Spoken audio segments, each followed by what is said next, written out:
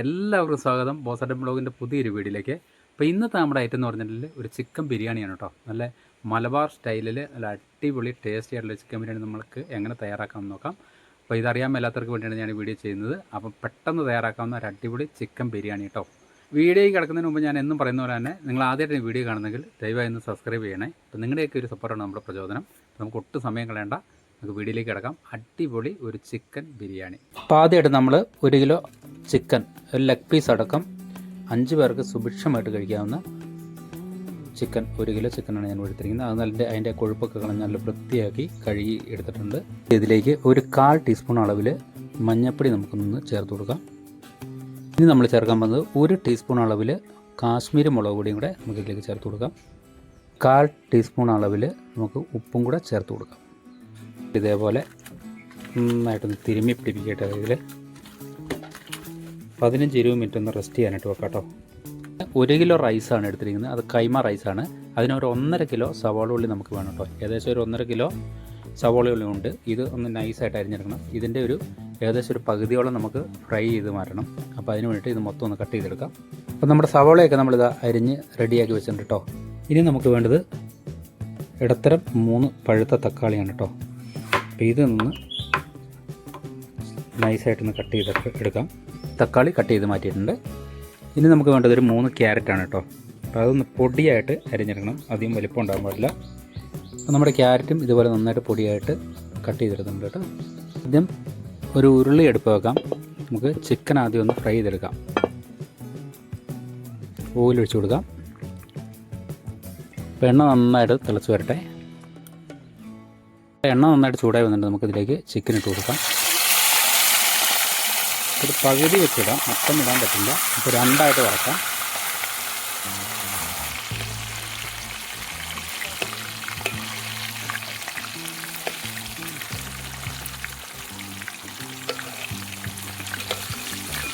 നമ്മുടെ ചിക്കനൊക്കെ ഇതാ നന്നായിട്ട് കുക്കായി വന്നിട്ട് കേട്ടോ. നമുക്കിതൊരു പാത്രത്തിലേക്ക് കോരി മാറ്റാം.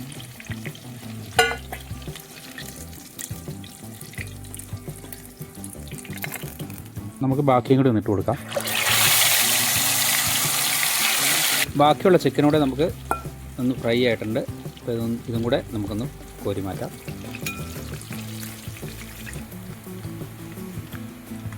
ഇനി നമുക്ക് വേറൊരു ഉരുളിയോ എന്തെങ്കിലും പാത്രം അടുപ്പ് വെച്ച് കൊടുക്കാം. നമുക്ക് സവാള ഒന്ന് വറുത്തെടുക്കാൻ വേണ്ടിയിട്ട്.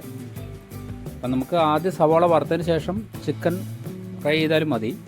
ഞാൻ ഇത് രണ്ടാമതാണ് ചെയ്യുന്നത് മാത്രമേ ഉള്ളൂ. നിങ്ങൾക്ക് ഇഷ്ടമുള്ള പോലെ ചെയ്യാം കേട്ടോ. കുറച്ച് ഓയിലും കൂടെ ഒഴിച്ചു കൊടുക്കാം.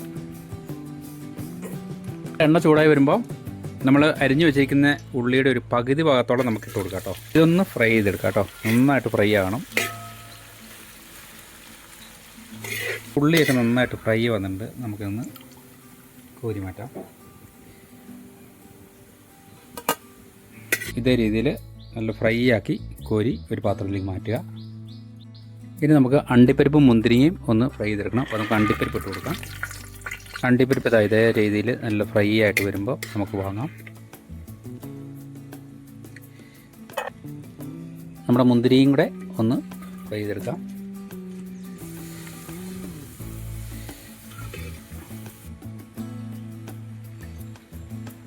ഓയിൽ നമുക്ക് മാറ്റാം. ചിക്കൻ വറുത്ത് വെച്ചേക്കുന്ന കുറച്ച് ഓയിൽ ഇതിലേക്ക് ഒഴിച്ച് കൊടുക്കാം. പിന്നെ നമുക്ക് വേണ്ടത് അണ്ടിപ്പരിപ്പിൻ്റെ വേസ്റ്റാണ് കേട്ടോ. പരിപ്പിൻ്റെ വേസ്റ്റാണ്. നമ്മൾ കടകളിലൊക്കെ വാങ്ങാൻ കിട്ടുന്ന സാധനമാണ്. അപ്പോൾ ഇതൊരു 50 ഗ്രാം ഞാനിവിടെ എടുത്തിട്ടുണ്ട്. അപ്പോൾ ഇത് നന്നായിട്ടൊന്ന് മിക്സിയിലൊന്ന് വെള്ളം കൂട്ടി നന്നായിട്ട് അരച്ചെടുക്കണം. നമ്മുടെ മസാലയ്ക്ക് കൊഴുപ്പ് കിട്ടാനും ടേസ്റ്റിനും വേണ്ടിയിട്ടാണ്. അപ്പോൾ ഇത് അരച്ചെടുക്കാം. അപ്പം നമ്മുടെ ഓയിൽ നന്നായിട്ട് ചൂടായതിന് ശേഷം നമുക്ക് ബാക്കി അരിഞ്ഞു വെച്ചിരിക്കുന്ന ഉള്ളി ഇട്ട് കൊടുക്കാം. നന്നായിട്ടൊന്ന് വാടി വരട്ടെ.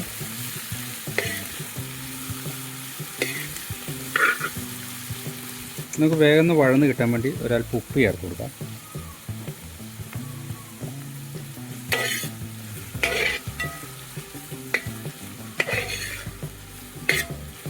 ഇനി ഇതിലേക്ക് നമ്മൾ ചേർക്കേണ്ടത് നമ്മൾ കട്ട് ചെയ്ത് വെച്ചിരിക്കുന്ന തക്കാളിയും കൂടെ ഇതിലേക്ക് ചേർത്ത് കൊടുക്കാം.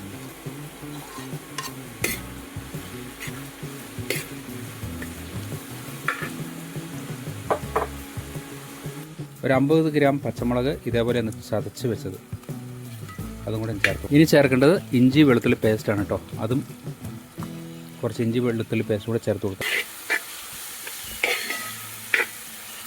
ഇനി അടുത്തായിട്ട് നമ്മൾ ചേർത്ത് കൊടുക്കുന്നത് ഒരു പിടുത്തം പുതിനയിലയാണ് കേട്ടോ. അപ്പോൾ അതും കൂടെ ഇതിലേക്ക് ചേർത്ത് കൊടുക്കാം. കുറച്ച് മല്ലിച്ചപ്പും കൂടി ഇട്ടാം. അപ്പോൾ ഇതെല്ലാം നന്നായിട്ടൊന്ന് വഴന്ന് വരട്ടെ. പൊടികൾ ചേർത്ത് കൊടുക്കാം.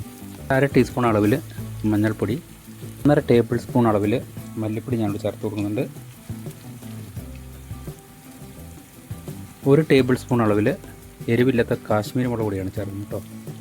1 ടീസ്പൂൺ അളവിൽ കുരുമുളക് പൊടി, 1 ടീസ്പൂൺ അളവിൽ ഗരം മസാല, 1/2 ടേബിൾ സ്പൂൺ അളവിൽ ചിക്കൻ മസാല കൂടെ ഞാനിവിടെ ചേർക്കുന്നുണ്ട്. ശേഷം ഇതെല്ലാം കൂടെ നന്നായിട്ടൊന്ന് വഴറ്റിയെടുക്കാം.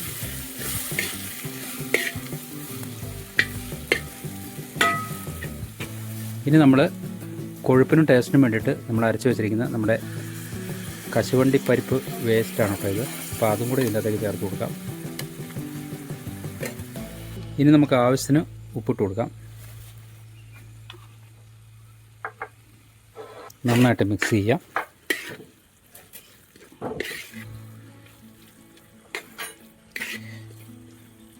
അപ്പോൾ നമ്മുടെ മസാല തയ്യാറായിട്ടുണ്ട്. ഇതിലേക്ക് നമ്മൾ ഫ്രൈ ചെയ്ത് വെച്ചിരിക്കുന്ന ചിക്കൻ ഇട്ട് കൊടുക്കാം.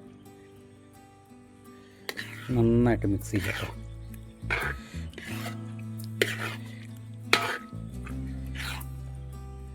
ഒരു മിനിറ്റ് ഒന്ന് ചെറുതീരിക്കട്ടെ.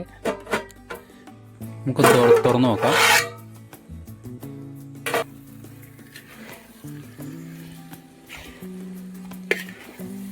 നമ്മുടെ ചിക്കൻ്റെ മസാല റെഡിയായി കേട്ടോ. ഇനി നമുക്കിത് വാങ്ങി വയ്ക്കാം. അപ്പം നമ്മളിവിടെ എടുത്തിരിക്കുന്നത് കൈമ റൈസാണ്. അപ്പോൾ ഇത് 1 കിലോയാണ്.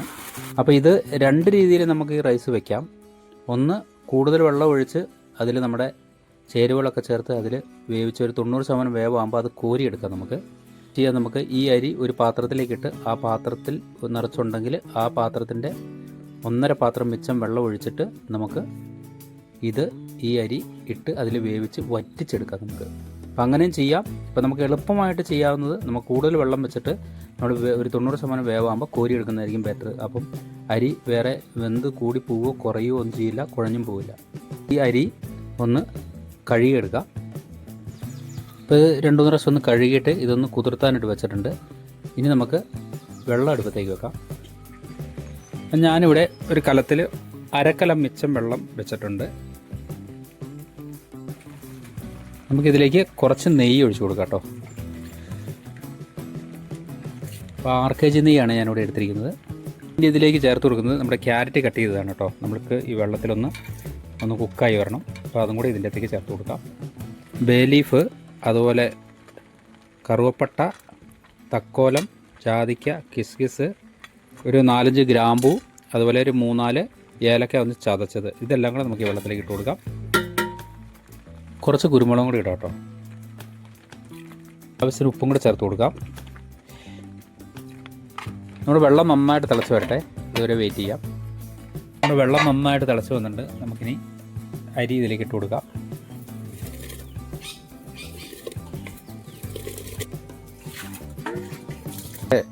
റൈസ് ഒട്ടിപ്പിടിക്കാതെ നമുക്ക് കുറച്ച് ചെറുനാരങ്ങ നീരോട് ഒഴിച്ച് കൊടുക്കാം.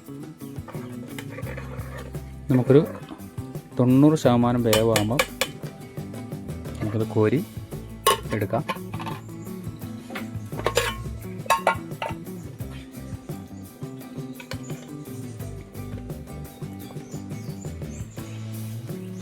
അപ്പം നമ്മുടെ റൈസ് നല്ല സെറ്റായിട്ടുണ്ട്. ഒരു 90% വെന്തിട്ടുണ്ട് കേട്ടോ. ഇനി നമുക്ക് ഒന്ന് കോരി നമുക്കൊരു അരിപ്പ പാത്രത്തിലേക്ക് മാറ്റാം. ഒരുപാട് വേവരുത്, കാരണം നമ്മൾ ദം ഇടുമ്പോൾ നമ്മുടെ ദമ്മിൽ ബാക്കിയുള്ളത് വേകണം. അപ്പം നമുക്ക് ഇതിലേക്കൊന്ന് കോരി മാറ്റാം.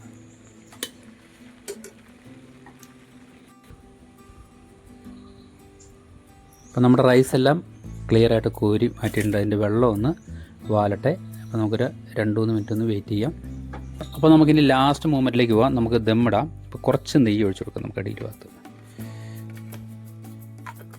ഇനി നമുക്ക് നമ്മുടെ ചിക്കൻ ഒരു ലെയർ ഇങ്ങനെ ഇട്ട് കൊടുക്കാം. മസാല കൂട്ടി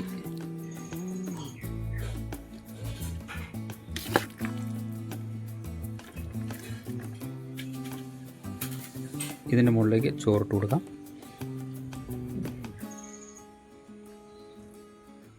അപ്പോൾ ഏകദേശം ഒരു പകുതി റൈസ് നമുക്കിതിൻ്റെ മുകളിലേക്ക് ഇങ്ങനെ ഇട്ട് കൊടുക്കാം. ഇപ്പോൾ 2 ലെയറാകുമ്പോൾ അതിൻ്റെ നേർ പകുതിയാക്കിയിട്ട്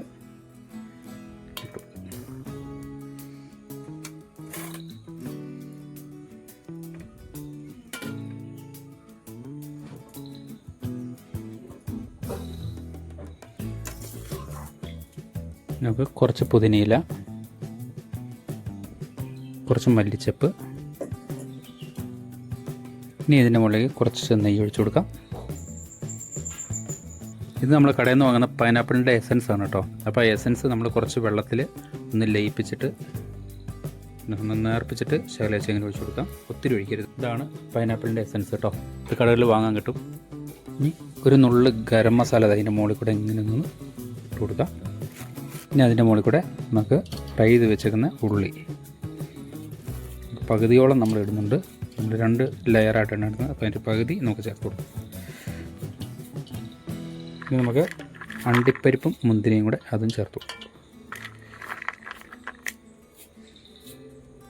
കളറിന് വേണ്ടിയിട്ട് മഞ്ഞൾ കലക്കിയ വെള്ളമാണ് കേട്ടോ. അത് ലേശം ഒന്ന് ഒഴിച്ചു കൊടുക്കുക. ഇതേപോലെ ശേഷം നമ്മൾ ബാക്കി വന്ന റൈസും കൂടെ ഇതിൻ്റെ മുകളിലേക്ക് ഇട്ട് കൊടുക്കാം. അപ്പം നമുക്ക് ബാക്കി ചിക്കനും കൂടെ അങ്ങ് ഇട്ട് കൊടുക്കാം.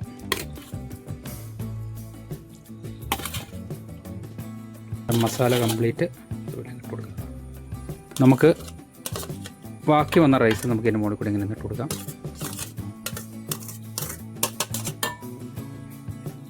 നമുക്ക് അതിൻ്റെ മുകളിൽ കൂടെ ഉള്ളി ഇട്ട് കൊടുക്കാം.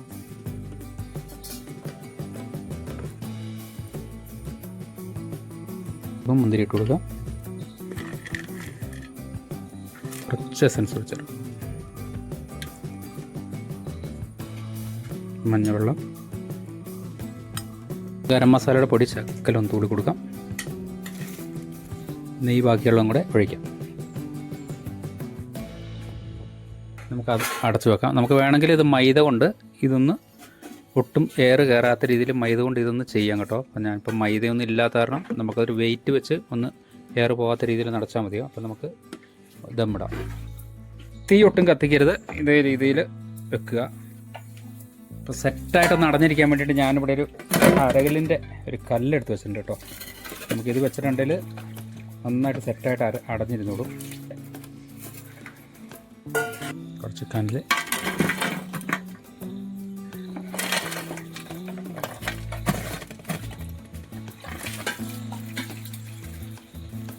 ഏകദേശം ഒരു 10 മിനിറ്റ് ഇതേപോലെ ഇരിക്കട്ടെ. ഒരു 10-15 മിനിറ്റ് ആയിട്ടുണ്ട്. നമുക്ക് ദമ്മൊന്ന് പൊട്ടിച്ച് നോക്കാം. അതിൻ്റെ തീയൊക്കെ ആദ്യം ഒന്ന് മാറ്റട്ടെ. ഒന്ന് വാങ്ങി വെക്കാം. നമുക്കൊന്ന് തുറന്ന് നോക്കാം. നല്ല അടിപൊളി സ്മെല്ലാണ് കേട്ടോ, ഒന്നും പറയാനില്ല. അപ്പം നമുക്കൊന്ന് അടിയിൽ നിന്നൊന്ന് ഇളക്കിയെടുക്കാം.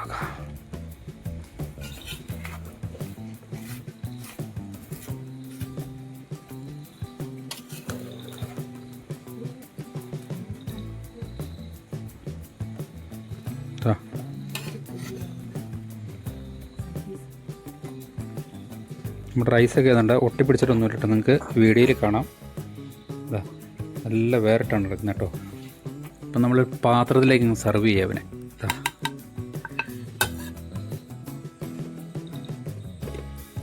നമ്മുടെ ലെഗ് പീസ് ഇങ്ങ് പോരട്ടെ.